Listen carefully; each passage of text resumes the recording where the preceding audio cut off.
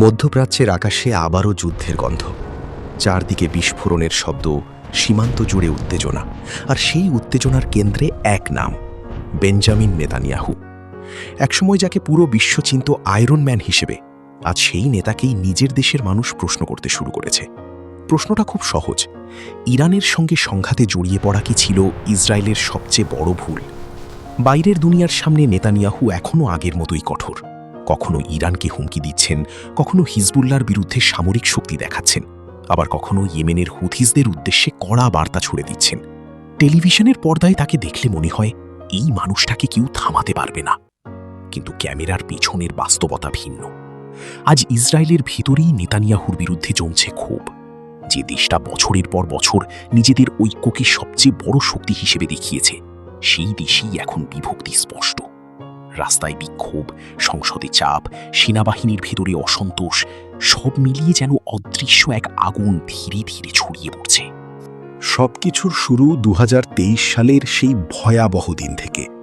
2023 Hamas led attack on Israel, একটি তারিখ যা ইসরায়েলের ইতিহাসে কালো অধ্যায় হয়ে থাকবে। সেদিন সীমান্ত ভেঙে হামলা চালানো হয়, বহু মানুষ নিহত হয়, অনেককে জিম্মি করে নিয়ে যাওয়া হয়। পুরো দেশ মুহূর্তেই আতঙ্কে ডুবে যায়। তারপর শুরু হয় প্রতিশোধ। গাজা স্ট্রিপে ব্যাপক সামরিক অভিযান চালায় ইসরায়েল। নেতানিয়াহু ঘোষণা দেন পূর্ণ বিজয় না হওয়া পর্যন্ত যুদ্ধ চলবে। কিন্তু সময় যত গড়াতে থাকে, ততই বাড়তে থাকে মানুষের প্রশ্ন। কারণ বহু জিম্মি এখনও ফেরেনি। অনেক পরিবার আজও অপেক্ষা করছে, কেউ হয়তো ছেলের জন্য, কেউ স্বামীর জন্য, কেউ মায়ের জন্য। আর সেই অপেক্ষা ধীরে ধীরে রূপ নিচ্ছে ক্ষোভে।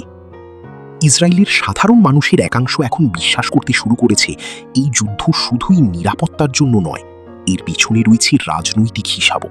কারণ নেতানিয়াহুর বিরুদ্ধে আগে থেকেই দুর্নীতি ও ক্ষমতার অপব্যবহারের অভিযোগ ছিল। বিশ্লেষকদের অনেকে বলছেন যুদ্ধ পরিস্থিতি তাকে রাজনৈতিকভাবে টিকে থাকার সুযোগ দিয়েছে। কিন্তু এই কৌশলই কি এখন তার জন্য ফাঁদ হয়ে দাঁড়াচ্ছে? সবচেয়ে উদ্বেগের বিষয় হল, অসন্তোষ এখন শুধু রাস্তায় সীমাবদ্ধ নেই। খবর বের হতে শুরু করেছে যে ইসরায়েল ডিফেন্স ফোর্সের কিছু রিজার্ভ সেনাও যুদ্ধ নিয়ে বিরক্ত। কেউ কেউ সরাসরি প্রশ্ন তুলছে, যে নেতৃত্ব নিজের জাতিকেই এক রাখতে পারছে না, তার জন্য জীবন দেওয়া কতটা যুক্তিযুক্ত? একটি দেশের জন্য এর চেয়ে ভয়ঙ্কর সংকেত আর কি হতে পারে? অন্যদিকে অর্থনীতির অবস্থাও চাপের মুখে। যুদ্ধ চালাতে বিপুল সামরিক ব্যয় বেড়েছে, সাধারণ মানুষের ওপর খড়ের বোঝা চাপানো হয়েছে, ব্যবসা ক্ষতিগ্রস্ত, বেকারত্ব বাড়ছে, বিদেশি বিনিয়োগ কমছে। যুদ্ধের আগুন এখন শুধু সীমান্তে নয়, পৌঁছে গেছে মানুষের রান্নাঘর পর্যন্ত। আর আন্তর্জাতিক অঙ্গনেও নেতানিয়াহুর অবস্থান আগের মতো শক্ত নেই। একসময়ের ঘনিষ্ঠ মিত্র ইউনাইটেড স্টেটস এবং ইউরোপের অনেক দেশও এখন তার কৌশল নিয়ে অস্বস্তিতে। গাজায় দীর্ঘ যুদ্ধ, বেসামরিক হতাহতের খবর এবং ক্রমবর্ধমান মানবিক সংকট বিশ্বজুড়ে সমালোচনা তৈরি করেছে। সব মিলিয়ে নেতানিয়াহু যেন এক জটিল গোলক ধাঁধায় আটকে গেছেন। বাইরের শত্রু, ভেতরে ক্ষোভ। একদিকে যুদ্ধের চাপ, অন্যদিকে রাজনৈতিক টিকে থাকার লড়াই। যে মানুষটা একসময় পুরো বিশ্বকে শক্তির ভাষা শোনাতেন, আজ তাকেই নিজের দেশের মানুষ জিজ্ঞেস করছে, এই যুদ্ধের শেষ কোথায়? সম্ভবত সবচেয়ে বড় সত্যটা এখন ইসরায়েলের মানুষ বুঝতে শুরু করেছে। সামরিক শক্তি মুহূর্তের জন্য নিরাপত্তা দিতে পারে, কিন্তু দীর্ঘমেয়াদে শান্তি আনতে পারে না।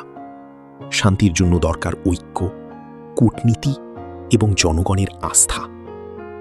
আর ঠিক সেখানেই আজ সবচেয়ে দুর্বল হয়ে পড়ছেন বেঞ্জামিন নেতানিয়াহু। 2026 সালের নির্বাচন হয়তো শুধু একটি রাজনৈতিক ভোট নয়, এটি হতে পারে নেতানিয়াহুর রাজনৈতিক জীবনের শেষ বড় পরীক্ষা। প্রশ্ন এখন একটাই: ইসরায়েলের আয়রন ম্যান কি আবারও ঘুরে দাঁড়াবেন, নাকি ইতিহাস তাকে মনে রাখবে এমন এক নেতা হিসেবে যিনি বাইরের যুদ্ধ জিততে গিয়ে নিজের দেশের ভেতরের যুদ্ধটাই হেরে গিয়েছিলেন?